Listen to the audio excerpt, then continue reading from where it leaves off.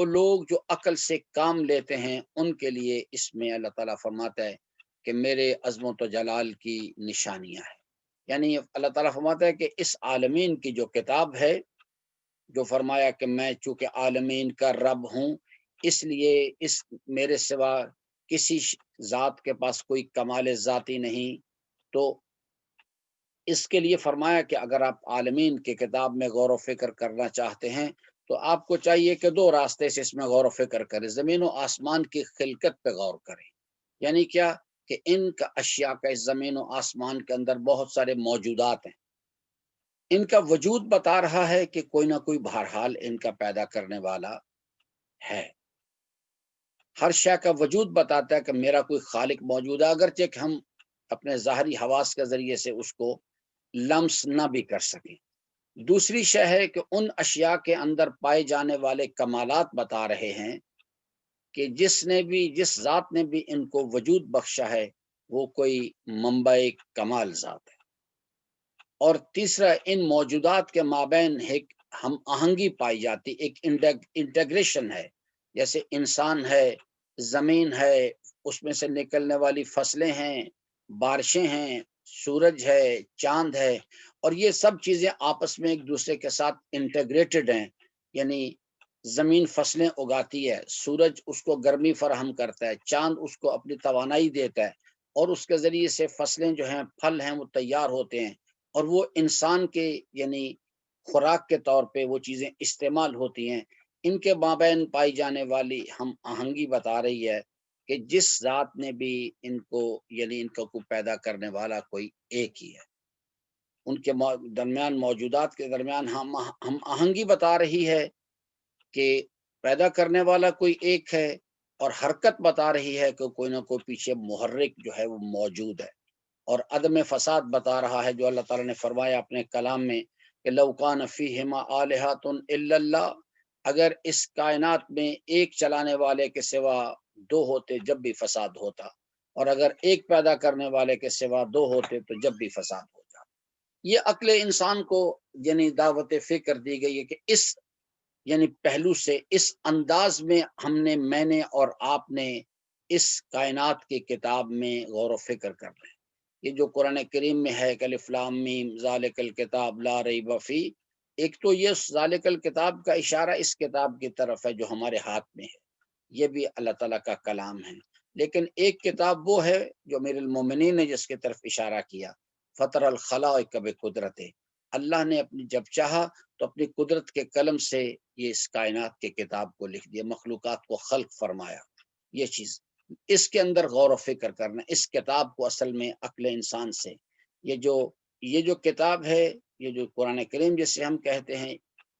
یہ انسان اپنے نگاہوں کے ذریعے سے اس کو پڑھتا ہے، لیکن اس کائنات کی کتاب جو ہے اس کو عقل کے غور و فکر کے ذریعے سے اس کو پڑھا جاتا ہے، یعنی اس پر غور و فکر کیا جاتا ہے۔ تو اللہ تبارک و تعالیٰ نے اپنا کلیم بھی بیان فرمایا ہے کہ میں منبع کمال ہوں کائنات کا، کسی کائنات میں کسی شے کے پاس کمال ذات نہیں، سب کچھ میرا دیا ہوا ہے۔ اور دلیل یہ پیش فرمائی ہے کہ میں چونکہ عالمین کا رب ہوں، یعنی عالمین کا خالق ہوں، عالمین کا مالک ہوں، اور عالمین کا حاکم ہوں۔ آپ اللہ فرماتا ہے آپ اس عالمین کی کتاب میں ربوبیت کے راستے سے غور و فکر کریں تو آپ کی عقل آپ کو اس نتیجے پر لے آئے گی کہ الحمدللہ اس کائنات میں کسی شے کے پاس کمال ذاتی نہیں، سب کچھ اللہ کا دیا ہوا ہے، اللہ منبع کمال ذات ہے، ہر چہ ہست از او ہست۔ اس چیز کو یعنی اللہ تبارک و تعالیٰ نے بیان فرمایا اس چیز کے، اور دو راستے ہمارے سامنے قرآن کریم نے کھولے ہیں غور و فکر کرنے کے لیے کہ ہم نے اپنی مرضی سے یعنی عقل کو استعمال بھی نہیں کرنا، بلکہ جو راستہ رہنمائی اللہ تبارک و تعالی نے بیان فرمائی ہے وہ ہے کہ ان فی خلق السماوات والارض، اس زمین و آسمان کی خلقت میں غور کریں، جو میں نے سٹیپس آپ کی خدمت میں عرض کر دیے کہ اشیاء کا وجود بتا رہا ہے کہ ان کا بہرحال کوئی نہ کوئی پیدا کرنے والا ہے، ان کے اندر پائے جانے والے مختلف کمالات بتا رہے ہیں۔ صرف ایٹم پہ اگر انسان غور کرے تو عقل انسان اشش کرنا شروع کر دیتی، ان کے اندر پائے جانے والے کمالات بتا رہے ہیں کہ جس ذات نے بھی ان کو وجود بخشا وہ کوئی منبع کمال ذات ہے۔ اور تیسری چیز یہ کہ ان موجودات کے درمیان ہم آہنگی جو ہے وہ بتا رہی ہے، جو فرمایا اپنے کلام کہ لو کان فیہما آلہۃ الا اللہ، اگر اس زمین و آسمان میں ایک پیدا کرنے والے کے سوا دو ہوتے لفسدتا، یہاں تو فساد ہو جاتا، اگر ایک چلانے والے کے سوا دو ہوتے جب بھی فساد ہو جاتا۔ اللہ تعالیٰ فرماتا ہے اس کائنات میں غور کی کتاب کو پڑھو، اس میں غور و فکر کرو، اور دیکھو اس کے اندر عدم فساد جو ہے وہ بتا رہا ہے اس چیز کے لیے کہ یعنی اس کا کوئی پیدا کرنے والا بھی ایک ہے اور اس کا چلانے والا بھی کوئی ایک ہے۔ اب یہاں سے ہم اپنی گفتگو کو سمرائز کریں کہ یعنی جو میں نے ابتدائی گفتگو میں عرض کیا تھا، اصول معرفت کا سفر جو ہے اس کے اندر کچھ کام اللہ نے کرنے ہیں، کچھ کام ہم نے کرنے ہیں۔ ہمیں اللہ تعالیٰ بیان فرمائے گا کہ میں کس شان کا مالک ہوں، دوسرے مرحلے میں اپنے دعوے پر دلیل پیش کرے گا، اور اس کے بعد ہمارا کام شروع ہو جائے گا۔ ہم نے جو اللہ تبارک و تعالیٰ نے دلیل پیش کی ہے اس میں غور و فکر کرنا ہے۔ غور و فکر کرنا جو حضرت نے فرمایا کہ میں نے اللہ تعالیٰ کے فرامین پر غور کیا، دو چیزوں سے بڑھ کر کسی شے کو مددگار نہیں پایا اللہ تعالیٰ کی معرفت کے حصول، اللہ کی آیات میں غور و فکر کرنا اور اس کی بارگاہ میں گریہ و زاری کے ساتھ دعا کرنا، یہ ہمارا رول ہے، یہ چیز ہمارے اندر ہے۔ اس کے بعد پھر ہمارا رول ختم ہو جاتا ہے، تھرڈ سٹیپ میں جا کے پھر اللہ تبارک و تعالیٰ کا نور معرفت عطا کرنا، نور یقین عطا کرنا، اس یقین کے نتیجے میں صبر کی توفیق دینا، ہمارے اندر فرما برداری کا شوق عطا کرنا، یہ سب چیزیں امور اللہ تعالیٰ کے ہاتھ میں ہیں۔ وہ کوشش ہم کر سکتے ہیں، نتیجہ اللہ تبارک و تعالیٰ نے اپنے ہاتھ میں رکھا۔ آخری چیز جو میں آج کی گفتگو کے حوالے سے آپ کی خدمت میں عرض کرنا چاہتا ہوں وہ ہے کہ امام علیہ السلام نے فرمایا کہ جب حصول معرفت کے لیے 4 سٹیپس امام علیہ السلام نے ذکر کیا، فرماتے ہیں کہ عقل انسان جو ہے ان آیات میں، اس کی آیات میں غور و فکر کر کے اس نتیجے پر پہنچ سکتی کہ اللہ ہے۔ یعنی جیسا میں نے عرض کیا کہ اس کائنات کے موجودات ہیں، جو مخلوقات ہیں، ان کا وجود بتا رہا ہے کہ بہرحال ان کا کوئی نہ کوئی پیدا کرنے والا ہے۔ دوسرا حضرت نے فرمایا کہ اللہ کی ذات کے بارے میں جو عقل انسان درک کر سکتی ہے وہ ہے کہ اللہ تعالیٰ منبع کمال ہے، یعنی اور ان موجودات کے اندر پائے جانے والے کمالات جو ہیں وہ بتا رہے ہیں کہ اللہ تعالیٰ کی ذات جو ہے، یعنی جس نے بھی ان کو وجود بخشا، ان اشیاء کو، ان کے اندر جو کمالات ہیں جو پائے جاتے ہیں وہ بتا رہے ہیں کہ وہ ذات کوئی منبع کمال ہے، اسی نے ان کو یہ کمالات عطا کی۔ جیسے ہمارے پاس نور عقل عطا کیا گیا، انسان کو ارادہ دیا گیا، علم دیا گیا، قدرت انسان کو عطا کی گئی، وہ اعلیٰ حاصل قیاس، اور یہ زمین و آسمان کو خلق کیا گیا، اور هو الذی خلق لکم ما فی الارض جمیعا، زمین کو خلق کیا گیا، اس کے اندر مختلف کمالات رکھے گئے اور ان سب کو انسان کی خدمت گزاری کے لیے لگا دیا گیا۔ ان فی خلق السماوات والارض واختلاف اللیل والنہار لآیات لأولی الالباب، اللہ تعالیٰ فرماتا ہے کہ لوگوں کے لیے جو عقل سے کام لینے والے لوگ ہیں ان کے لیے میری عظمت و جلال کی نشانیاں اس کے اندر۔ تو امام نے فرمایا کہ ایک پہلا مرحلہ عقل انسان اس بات کو اس کائنات کے کتاب میں غور و فکر کر کے سمجھ سکتی ہے کہ اللہ ہے۔ دوسرا مرحلہ ہے کہ اللہ تعالیٰ منبع کمال ہے، باقی سب صاحب کمال ہے۔ جو منبع کمال ہے وہ اپنے کمال کے لیے کسی غیر کا محتاج نہیں ہوا کرتا، اور جو صاحب کمال ہے کمال اس کے پاس ہوتا ہے، لیکن وہ اپنے کمال کے لیے، کمال کی بقا کے لیے اور اس کمال میں ارتقاء کے لیے اپنے خالق کا محتاج ہوتا ہے، لمحہ بلمحہ محتاج ہوتا ہے۔ تو اللہ تعالیٰ منبع کمال ہے اس کائنات کا۔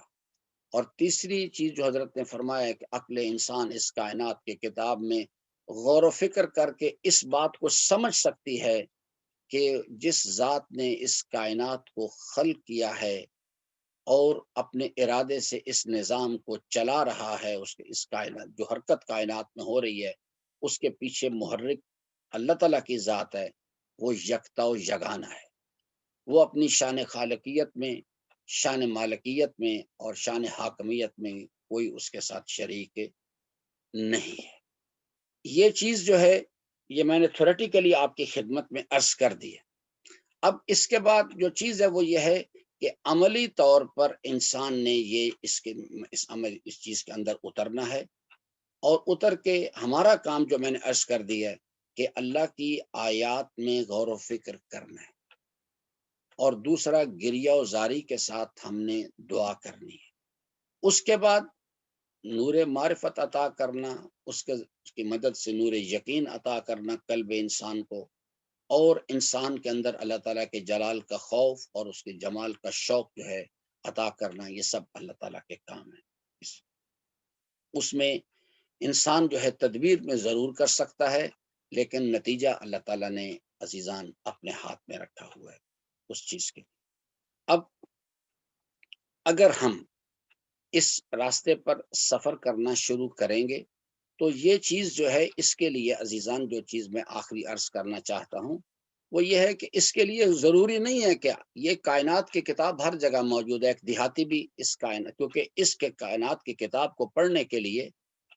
یہ عقل انسان کو استعمال کرنا پڑتا ہے۔ اگلی گفتگو ہمارا جو موضوع ہوگا وہ ہے کہ عقل انسان کس طرح سے کام کرتی ہے، عقل سے کیسے کام لیا جا سکتا ہے، اس کائنات میں غور و فکر کیسے کیا جائے، اس موضوع پر ہم انشاءاللہ بات کریں گے۔ لیکن اس کے لیے کوئی ضروری نہیں ہے کہ میں دنیا کا ہر کام چھوڑ کے بیٹھ جاؤں، یا مجھے مدرسے ہی جانا پڑے گا، مجھے نجف جانا پڑے، مجھے کم جانا پڑے، کسی دینی مدرسے میں جانا پڑے۔ کائنات کی کتاب جو ہے وہ ہر وقت انسان کے سامنے موجود ہے، خود انسان کے اپنے نفس کے اندر اللہ تعالیٰ کی عظمت و جلال کی نشانیاں ہر وقت موجود ہیں، اور انسان چلتے پھرتے اٹھتے بیٹھتے سوتے جاگتے ہر وقت جو ہے وہ انسان جو ہے اس کام کو کر سکتا ہے۔ اس کے لیے صرف اور صرف جو ہے ضرورت کس چیز کی ہے کہ انسان عقل سے کام لینا سیکھ جائے، جس پر ہم انشاءاللہ اگلی اپنی گفتگو میں بات کریں گے۔ اللہ تعالیٰ سے امیدوار ہوں کہ اللہ تبارک و تعالی ہم سب کو اپنی رضا کی راہیں جو ہیں ان کو شناخت کرنے اور ان پر عمل پیرا ہونے کی توفیق عطا فرمائے۔ اگر کوئی عزیز سوال کرنا چاہتے ہیں جو میری آج کی گفتگو ہے اس سے مربوط، تو میں حاضر ہوں۔ جی یہ جواد صاحب سوال پوچھنا چاہ رہے ہیں۔ جی جواد صاحب آپ کو میں انمیوٹ کر رہا ہوں۔ جی جواد صاحب سوال پوچھیے۔ السلام علیکم۔ وعلیکم السلام۔ میں آسٹریلیا سے آپ سے مطلب ہے کہ مخاطب ہوں، خدا آپ کی توفیقات میں اضافہ کرے۔ ایک گزارش ہے اور پھر جو ہے ایک سوال ہے۔ گزارش یقیناً مطلب ہے کہ اصطلاحات کے عنوان سے جو گفتگو آپ کر رہے ہوں اس میں جو جس طرح کی اصطلاحات کی ضرورت ہے وہ یقیناً آپ اس کو مناسب انداز سے پیش کر رہے ہیں، لیکن وہ اس میں اپنے بچوں کے ساتھ اگر اس کو سنوں تو ان کے لیے اس کو سمجھنا تھوڑا سا شاید مشکل ہوگا۔ تو وہ میری گزارش ہوگی کہ ابھی تو نہیں، آئندہ انشاءاللہ جب بھی مطلب آپ اس کو کریں تو اگر اس میں تھوڑا سا مطلب ہے کہ یہ بتا دیں، جیسے آپ نے ایک اصطلاح استعمال کی فساد والی، کہ اور اسی طرح کی اور دیگر جو اصطلاحات ہیں، تو تھوڑا سا اگر ترجمہ شامل ہو جائے تو ہم جو ہے مطلب کہ ممنون ہوں گے انشاءاللہ۔ جی اس میں عرض خدمت یہ ہے جو کہ یہ ایک یعنی چونکہ ایک بالکل ابتدائی مرحلہ ہے،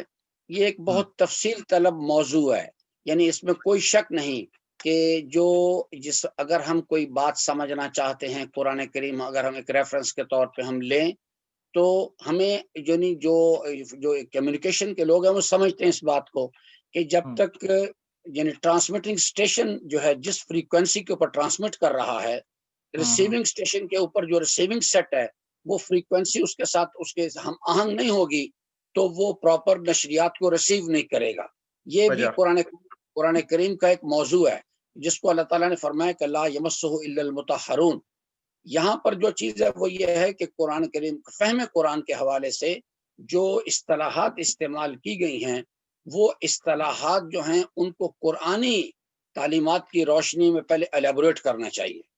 پھر جا کے جو ریسیونگ اینڈ پر جو شخص ہے وہ جب فکری طور پہ اس کے ساتھ ہم آہنگ ہو جائے گا پھر وہ صحیح طور پہ بات میسج کو کنسیو کرے گا. عمل کرنا تو بعد کی بات ہے، کیونکہ ایک ہوتا ہے سمجھنا اور ایک ہوتا ہے اس پر عمل کرنا. سمجھنے کے لیے کچھ اور ریکوائرمنٹس ہیں، عمل کرنے کے لیے کچھ اور ریکوائرمنٹس ہیں. تو پہلے جو آپ نے جس کی طرف اشارہ کیا میں بالکل اس سے اتفاق کرتا ہوں، لیکن ایک 30 منٹ کے لیکچر میں جو چیز ہے اگر اس کو اس طرف ہم جائیں گے تو پھر وہ چیز وہ تو ایک پورا ایک باقاعدہ سلیبس ڈیزائن کرنا چاہیے جس کے اندر پہلے پوری تفصیل کے ساتھ یہ تمام باتیں اصطلاحات جو ہیں ان کو الیبوریٹ کیا جائے، سمجھایا جائے، اور پھر اس کے بعد جو ہے وہ جب اس پر گفتگو یعنی کی جائے گی تو سامعین بھی اسی ایک فریکوینسی پہ آ چکے ہوں گے، پھر وہ بات کو سمجھ پراپرلی کنسیو کریں گے. اور پھر اگلا مرحلہ عمل کرنے کا ہے جو میں نے ابھی گفتگو کی ہے. اب اس پہ کون آدمی عمل کرے گا؟ عمل کرنے کے لیے انسان کے پاس یقین چاہیے ہوتا ہے. یہاں پر پہلے مرحلے میں چیز کو سمجھنے کے لیے صرف اصطلاحات کو سمجھنے کی ضرورت ہے. آدمی میسج کو سمجھ جاتا ہے، لیکن میں کیا سمجھنے کے بعد اس پہ عمل کروں گا یا نہیں کروں گا، یہ چیز ایک درمیان میں پھر ایک اور بیریئر کھڑا ہے، اور وہ ہے کہ متکلم کے بارے میں میرے پاس کتنا اس کی عظمت و جلال کا، اس کے جلال و جمال کا یقین کتنا میرے پاس. جی اچھا، میں یقیناً آپ کی اس بات سے اتفاق کرتا ہوں کہ قائم اور موضوع کی موضوعات سے، لیکن کسی وقت میں آئندہ میں انشاءاللہ میں یہ توقع کرتا ہوں کہ اگر آپ ان اصطلاحات کے لیے اگر کسی ایسی کتاب کا ریفرنس دے دیں جو ہمیں مطلب ہے کہ اپنے اولادوں کو یا اپنے بچوں کو مطلب سمجھانے کے لیے وہ ریفر کرنا پڑ جائے تو وہ ان کی مددگار ہو تو وہ آسان ہو جائے گا ہمارے لیے، مطلب ہے کہ ان کو گفتگو میں شامل کرنا انشاءاللہ. میں آپ کی ٹھیک. توفیقات کے لیے اضافے کی دعا کرتا ہوں. لیکن اب میرا ایک سوال ہے. جی اچھا، فرمائیے. معرفت خدا کو مطلب ہے کہ جس طرح سے کنسیو کرنے کی بات آپ نے کی ہے اس میں جی مطلب ہے کہ غور و فکر، اس کی نشانیوں میں اور گریا، اس کے باوجود بھی اگر اس مطلب ہے کہ اس کو آپ ضابطۂ حیات بنا لیں یا مطلب ہے کہ کسی ایک ضابطہ مطلب ہے کہ اختیار کر لیں، اس کے باوجود بھی اگر گناہ ہو رہا ہے تو کیا وجہ ہے؟ جی اصل میں یہ ایک پھر آگے اس میں ایک تفصیل ہے کہ یہ ایکچولی ایک جنگ ہے جو ہر انسان کے اندر پہلے ذات میں ہوتی ہے، پھر ماحول اور معاشروں کے اندر ہو رہی ہے اس وقت بھی. وہ یہ ہے کہ جو یعنی گناہ کے جو شوق ہیں، جو جن ہم نفس کی خواہشات کا غلبہ کہتے ہیں، وہ ان کا جو تھریٹ ہے اس کا انرجی لیول کیا ہے، اس کو کاؤنٹر کرنے کے لیے اسی لیول کا آپ کے پاس یقین چاہیے. جو غور و فکر کے نتیجے میں انسان جو ہے معرفت کے نتیجے میں یقین، اگر وہ یقین ہمارے پاس کا لیول یا یہ کمزور ہے یا ہے نہیں، تو اس صورت میں پھر ہم اس سے جو آنے والا حملہ ہے نفس کی خواہشات کا، ارادے کو کنٹرول کرنے کے لیے اس کو روک نہیں سکتے. یہ جس وقت بھی کبھی بھی کوئی انسان، میں ہوں یا کوئی اور شخص ہو، جب بھی کبھی انسان کو یعنی وہ دیکھے خود اپنے اندر یا کسی دوسرے فرد کو دیکھے کہ نفس کی خواہشات کا اس کے ارادے پہ غلبہ ہے، تو یہ آنکھیں بند کر کے انسان کو رائے قائم کر لینی چاہیے کہ اس وقت جو اللہ تعالیٰ کے حضور کا اور اس کے جلال و جمال کا یقین یا تو ختم ہو گیا، رابطہ کٹ گیا بالکل، اور یا پھر کمزور پڑ گیا. جو چیز اگر یعنی نفس کی خواہشات غالب آ جائیں اور بعد میں ندامت ہو، تو یہ ندامت اس چیز کی دلیل ہے کہ رابطہ کٹا نہیں ہے لیکن کمزور ہے. اس کو یعنی مزید اسٹرینگتھن کرنے کی ضرورت ہے اس چیز کے لیے، پھر اس کے اپنے ریمیڈیل میں یہ باقاعدہ طور پہ. تو یہ پرابلم ہوتا ہے اس چیز کے لیے. یہ اگر ایک انسان غور و فکر کرتا ہے تو دیکھنا ہے کہ کتنا اس سے رزلٹ کتنا اچیو کر رہا ہے وہ، کیونکہ یہ ایک ریگولر پروسیس ہے. یہ ساری زندگی انسان نے اس کام کو کرنا ہوتا ہے اس چیز کے لیے. اور پھر یہ ہے کہ حصول معرفت کے لیے ایک راستہ یہ ہے، اس کو جو میں نے بھی عرض کیا، یہ راہ عقل ہے. ایک راستہ جو ہے اس کو کہتے ہیں راہ قلب ہے. وہ پھر ایک کسی موقع پہ انشاءاللہ وقت ملا تو اس پر بھی بات کریں گے. جی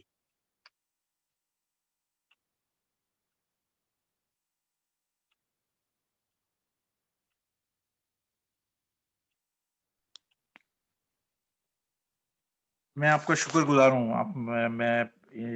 کہ آپ نے مطلب ہے کہ اس کو وضاحت دی. انشاءاللہ مطلب ہے کہ آگے آنے والے موضوعات کو انشاءاللہ مطلب ہے کہ آپ کے ساتھ سن کے اور پھر اس موضوع سے متعلق یقیناً گفتگو انشاءاللہ کریں گے. میں ایک چیز اس میں تھوڑا سا ایڈ ضرور کر دوں کہ برادر عزیز یہ اصل میں میرا جو رول ہے وہ ہے درمیان میں صرف ایک میڈیٹر کا، وما علینا الا البلاغ المبین۔ اصل میں جو یہ انسان کا جو ایولیوشن کا سفر ہے مقام آدمیت سے مقام ابدیت کی طرف ہمیں اللہ کا بندہ بننا ہے، یہ اصل میں انسان کے اور اللہ کے درمیان مسئلہ ہے سارا۔ وہ چیز جو ہے اس نے ایک لائیو کانٹیکٹ جو اللہ اپنے رب سے ڈیولپ کرنا ہوتا ہے اور لمحہ بلمحہ اس کے ساتھ انٹریکٹ کرنا ہوتا ہے۔ وہ چیز اگر انسان کو سمجھ آ جائے، یہ کیمسٹری جو ہے، تو پھر انشاءاللہ آگے کے مسائل آسان ہو جاتے ہیں۔ اب ہمارے یہاں مشکل یہ ہو رہی ہے کہ گناہ کچھ اس تیزی سے کے ساتھ پھیل رہے ہیں کہ شاید ہماری وہ سپیڈ نہیں، ہم اس کو جو ہے نا اس سپیڈ کے ساتھ کیچ اپ نہیں کر پا رہے ہیں بہت ساری چیزوں کو۔ اور اجتماعی پتہ نہیں، میرا خیال یہ آتا ہے کہ اجتماعی مطلب ہے کہ ایک تحرک کی ضرورت ہے کہ جس میں ہر شخص کم از کم اپنا حصہ جتنا کم از کم دگنا 3 گنا کر کے مطلب اگر پیش کرے تو ٹھیک ہے۔ ہم کبھی مطلب وہ جو جس حساب سے گناہ پھیل رہا ہے اس حساب سے اگر ہم زیادہ تھوڑا سا تیز ہو جائیں تو ہر شخص جو ہے کم از کم کچھ نہ کچھ جو ہے فائدہ اٹھا سکے گا۔ ورنہ اگر میں بھی آہستہ ہو گیا اور یہ سوچ کے کہ بھائی دوسرا کرے گا تو میں اپنی رفتار تیز کروں گا، تو پھر تو یہ کام نہیں ہونے والا، پھر تو میں بہت جلد جو ہے مطلب ہے کہ غرق ہو جاؤں گا۔ یہ میری رائے ہے۔ یا نہیں، بالکل ٹھیک ہے۔ یہ جو یعنی فرد کا اور انسانی معاشروں کا جو ایولیوشن پروسیس ہے، یہ اصل میں ٹو وے ٹریفک ہے۔ کچھ یعنی ہر انسان نے اپنے اندرون کے اندر کرنا ہوتا ہے، اور پھر یہ ہے کہ جو ماحول اور یہ ولایت اجتماعی یا ولایت سیاسی کی جو بنیادی فنکشنالٹی ہے وہ یہی ہے کہ ایک ماحول کریٹ کیا جائے، معاشرے کے اندر ایک ایسی جماعت کھڑی ہو جو معاشرے کے اندر جو ہے جو نفس کی خواہشات کے اسیر لوگ ہیں، جو طاغوتی قوتیں، ان کو روکے، تاکہ ایک ماحول کریٹ کیا جا سکے اور لوگ اس کے اندر زندگی بسر کر سکیں۔ ایکسٹرنل میئرز جو ہیں ان کا بہت بڑا فیکٹر ہے اس ایولیوشن پروسیس کے اندر، لیکن انفارچونیٹلی اس وقت آپ نے جو بات کی وہ بالکل ٹھیک ہے کہ معاشرے کے اندر لوگ جو ہیں وہ یعنی اپنی اس ذمہ داری کو یا تو کم حق کو سمجھ نہیں رہے، اور اگر کچھ سمجھتے ہیں تو عملی طور پر اس کو ادا نہیں کر رہے۔ میں یہ چاہوں گا آپ اپنی گفتگو میں انشاءاللہ کہیں پہ اگر یہ اثرات گناہ جو ہے یا مطلب ہے کہ یا گناہ سے لا تعلقی یا بے تعلقی کے اور جو ہے گناہ کو مسلسل کرتے رہنا اور یہ سوچ کے کہ کسی ایک دفعہ میں مطلب ہم ختم ہو، مطلب ہے کہ ہم سب یہ معاف کر دیے جائیں گے کہ خدا بہت رحمان اور رحیم ہے، اس پہ کہیں کسی وقت میں آگے چل کے گفتگو کریں تو میں مطلب شکر گزار ہوں گا۔ انشاءاللہ العزیز اللہ تعالیٰ کی توفیق انشاءاللہ شامل حال رہی تو انشاءاللہ العزیز مختلف موضوعات پر انشاءاللہ سلسلہ گفتگو کو آگے بڑھائیں گے۔ میں آپ کا شکر گزار ہوں، بہت شکریہ۔ جی آغا، میں مبشر بات کر رہا ہوں آسٹریلیا سے۔ السلام جناب علیکم۔ وعلیکم السلام جی آغا، ورحمۃ اللہ۔ وہ جواد بھائی جو سوال پوچھنا چاہ رہے تھے، شاید وہ اس کا ایک اور ڈائمینشن یہ تھا کہ یہاں پہ ہمارا میں دنیا بھر میں بھی ایسا ہی چل رہا ہے کہ جو برائی ہے وہ سسٹمائز ہوتی جا رہی ہے ہر جگہ، لیکن جو ہماری اچھائیاں جو دین ہے وہ سسٹمائز نہیں ہو پا رہا کسی جگہ۔ تو شاید وہ اس تناظر میں بات کر رہے تھے کہ ہم لوگ انفرادی طور پہ جو ہے وہ سب کچھ کر رہے ہیں لیکن اجتماعی طور پہ کوئی سسٹم نہیں بنا پا رہے، جس کی وجہ سے پرابلم ہو رہی ہے ہر جگہ۔ جی اس کے بارے میں آپ کچھ کا بتائیے۔ سوال عجیب، میں عرض کروں آپ سے کہ دیکھیے، آپ یعنی جس چیز کی طرف اشارہ کر رہے ہیں،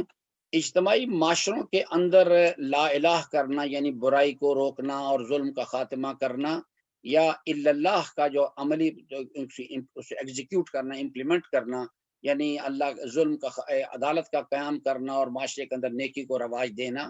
یہ کام جو ہے یہ بغیر ولایت سیاسی کو درمیان میں لائے ہوئے یہ چیز پاسبل نہیں ہے۔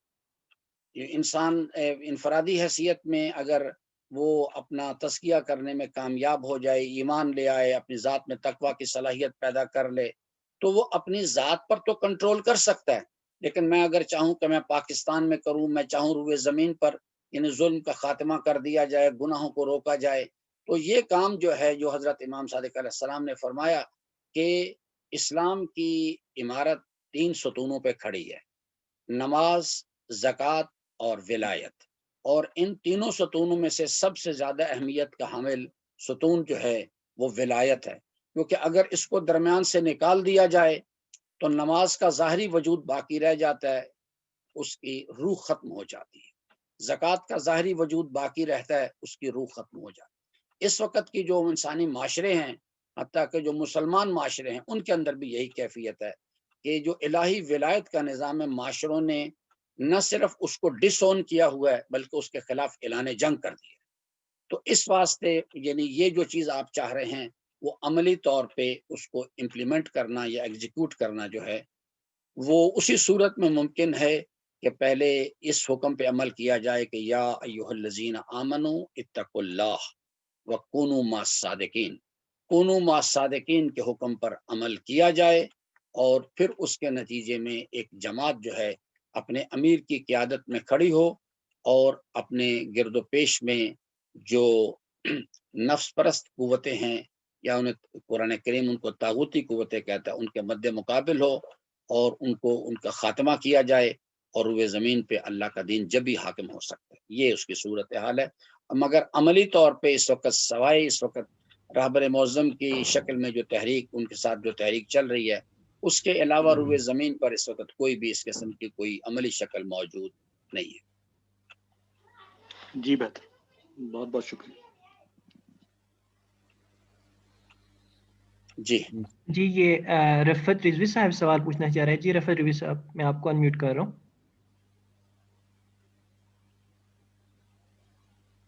جی فرمائیے۔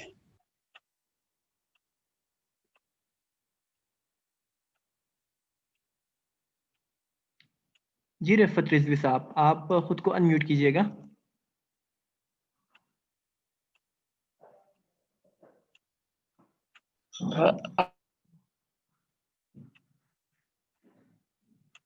جی آپ خود کو انمیوٹ کر سکتے ہیں آپ۔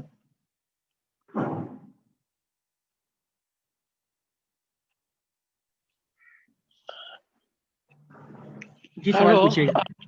آقا صاحب السلام علیکم۔ وعلیکم السلام ورحمۃ اللہ۔ رفت رضوی حیدرآباد سے بول رہے ہیں آقا صاحب، خیریت سے آپ؟ ٹھیک ہے، طبیعت ٹھیک ہے آپ کی؟ جی الحمدللہ رب العالمین۔ اللہ آپ کو صحت و تندرستی عطا کرے۔ ابھی ہم یہ جو سوالات وغیرہ ہوئے اس میں ہم نے یہ ہمارا جو اپنی فکر اور سوچ کے حساب سے ہم نے یہ سوچا کہ آپ نے جتنا یہ درس ابھی دیا اور یہ سوالات وغیرہ ہوئے، اس کے لیے ہمارا ذہن یہ کہتا ہے کہ اس کے لیے علم اور معرفت کی زیادہ ضرورت ہے۔ جتنا علم اور معرفت انسان کا بڑھتا جائے گا اتنا انسان گناہوں سے بچ سکتا ہے۔ اس کے لیے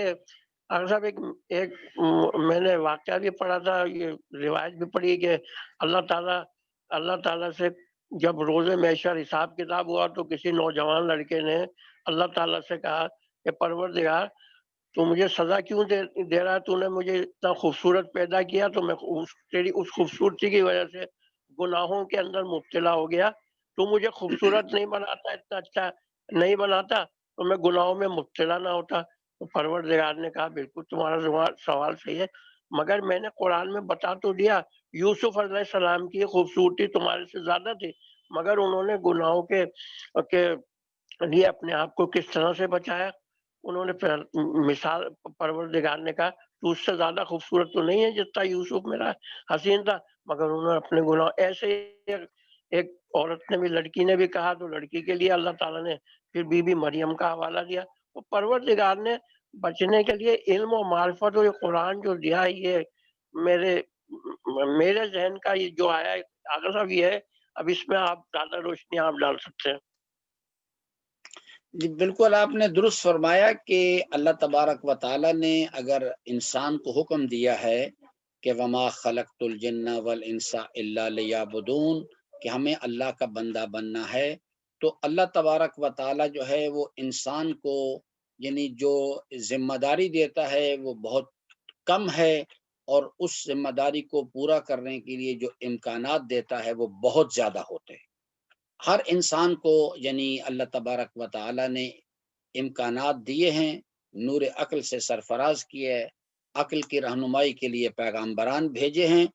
اور پھر قرآن بار بار یہ کہتا ہے ہم کسی کے ساتھ کوئی زیادتی نہیں کرتے، وہ خود اپنے اعمال کے نتیجے میں خود اپنے آپ کو برباد کر رہے ہیں۔ یہ انسان ہے جو اس کو اختیار دیا گیا، خود اپنی مرضی سے سب کچھ کرتا ہے، اور خود اپنے آپ کو اپنے اعمال کے ذریعے سے برباد کر رہا ہے۔ اللہ کی بارگاہ سے کوئی اس قسم کی کوئی کمی ہے، اور اسی واسطے جو سورہ ملک میں فرمایا کہ جب لوگ جہنم میں ڈالے جائیں گے تو ان سے پہلے پوچھا جائے گا الم یاتکم نذیر، بھئی کوئی ڈرانے والا، کوئی نصیحت کرنے والا نہیں آیا تھا؟ سب کے سب اقرار کریں گے، یہ 2020 کے جتنے بھی انسان ہیں، پہلے والے بھی آنے والے بھی، بلا قد جاءنا نذیر، ہمارے پاس آئے بے فکذبنا، شک ہم بے ان شک کو بے شک۔ جھٹلایا کرتے تھے، ہم ان کا مذاق اڑاتے تھے، ہم ان پہ ٹانٹنگ کرتے تھے۔ یہ پرابلم ہے جی۔ جی آواز صاحب آپ اختتامی کلمات عرض کر سکتے۔